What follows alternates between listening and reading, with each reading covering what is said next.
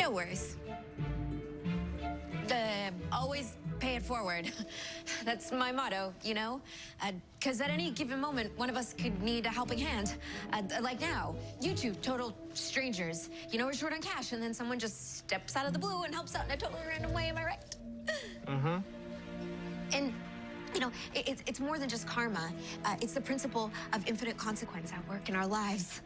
And it's always expanding. Creating positive sums on an infinite basis. Isn't that amazing? Yes? You know what's amazing? That shirt's pretty amazing. Yeah. Thanks. Yeah, it's a classic. Oregon Trail. I love this game. Have a great day. Okay. A nice, beautiful girl, and Ralph Dibny doesn't offer her a delicious crustacean buffet? I think she's too smart for me. Self-awareness from Ralph Dibny? I think there's hope for you yet. That's a stretch. Is that where we freeze frame?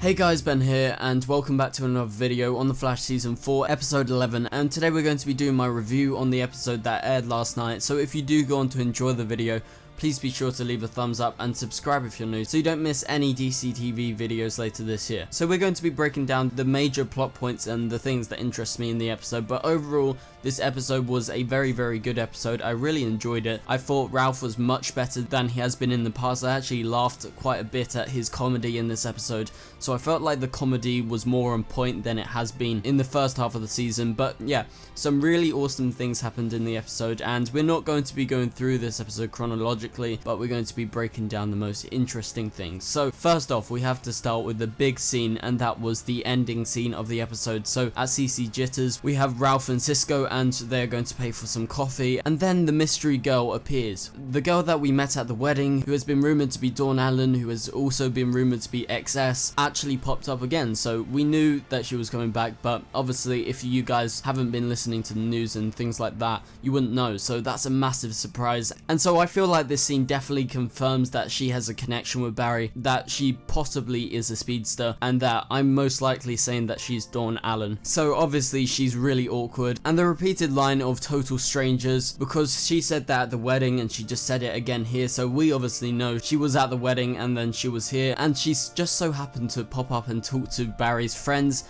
and also Barry, and you would say that's a coincidence, right? Yes, it is. So she is really smart, it's revealed in the episode, and she talks really fast, and that's very similar because Barry is really smart, and Barry in season 1 actually spoke like that and was really energetic. So you can see a lot of parallels there, and also the big thing that tips it off that she's definitely some sort of speedster, or that she definitely has a connection to Barry and Iris, is that at the end of this scene we get to see her writing Speed Force symbols, and they are the exact same symbols that we saw in episode 1 when Barry came out of the Speed Force. So you would have to think she's been in the Speed Force and she knows how to actually write and read this, considering she's writing it down consciously, not subconsciously like Barry. So she's got some really important information, obviously, and I feel like she's going to play into the back half of the season, maybe in the finale or the second to last episode, considering she seems to be so powerful, and hopefully she turns out to be Dawn Allen. That's who I'm rooting for. But moving on from that awesome ending scene, we get some Dark Knight Easter eggs, and when Ralph breaks into prison to try and break Barry out, Barry does an inspirational speech inspiring Ralph to become the elongated man, to become this hero once again. And this is a clear Easter egg to The Dark Knight Rises, as in the scene in The Dark Knight Rises when Bruce is going to be breaking out of the prison, he gets talked to and he is inspired to become the hero, to break out, to get out of the prison.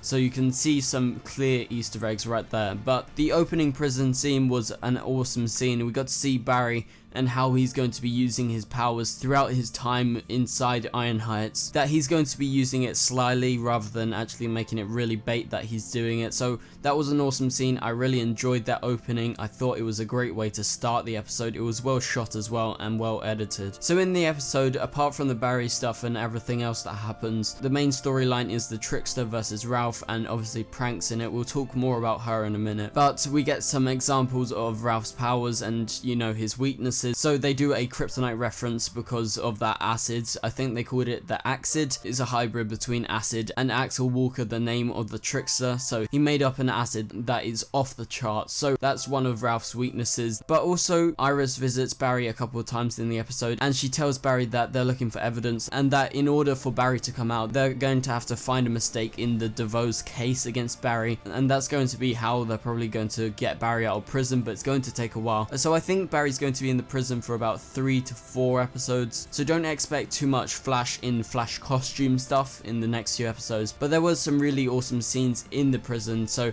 there was a repeat shot from season 1 with Barry and Iris touching hands on the glass. Henry Allen actually did that in season 1 to Barry in the first episode, I'm fairly certain. So this episode was a massive homage to the original Flash TV show, with photos from the original TV show actually featuring in the episode, with Mark Hamill in his original Jesse James Trickster suit. And Trickster's mum is the exact same actress that played it in the original Flash TV show, and she's playing Prank. And the whole origin of Mark Hamill's character and Prank is actually basically canon to what happened in the original TV show, apart from the Flash, because that really wouldn't make sense. Saying that Jay Garrick was there, he was the original Flash, that wouldn't really make sense at all. But it was just awesome seeing these nice Easter eggs. But Barry in this episode, he's confronted by these thugs at the prison, and he's helped out by Goldberg, and there was a pretty epic fight scene with the fight going in slow motion when Goldberg was actually punching them. And if you didn't know, Goldberg's a wrestler, and in the episode he's playing a guy called Big Sir, and Henry Allen called him Dave. It's revealed in the episode that Henry actually operated on him and saved his life because Big Sir got attacked and he got stabbed, and he's going to be a heavy feature in next episode because the story is going to revolve around his character and trying to prove his innocence. So Prank and Trickster, we get some really good scenes with our heroes. So Killer Frost and Cisco go to confront Prank and Trickster, and at that time we get to see Bebo, and Bebo returns. That was really awesome seeing Bebo. He was very funny in Legends of Tomorrow this season. So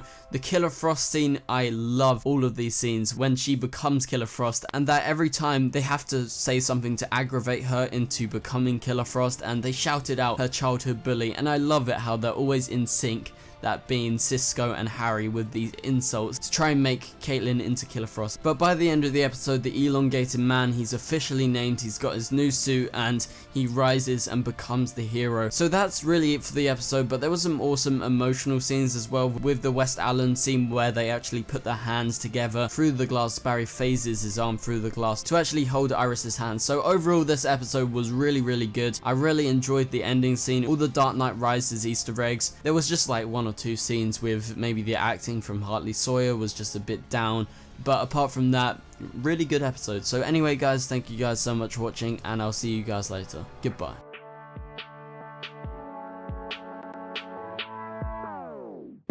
It doesn't make us strong, it doesn't make us weak. Tongue tied to service like shot.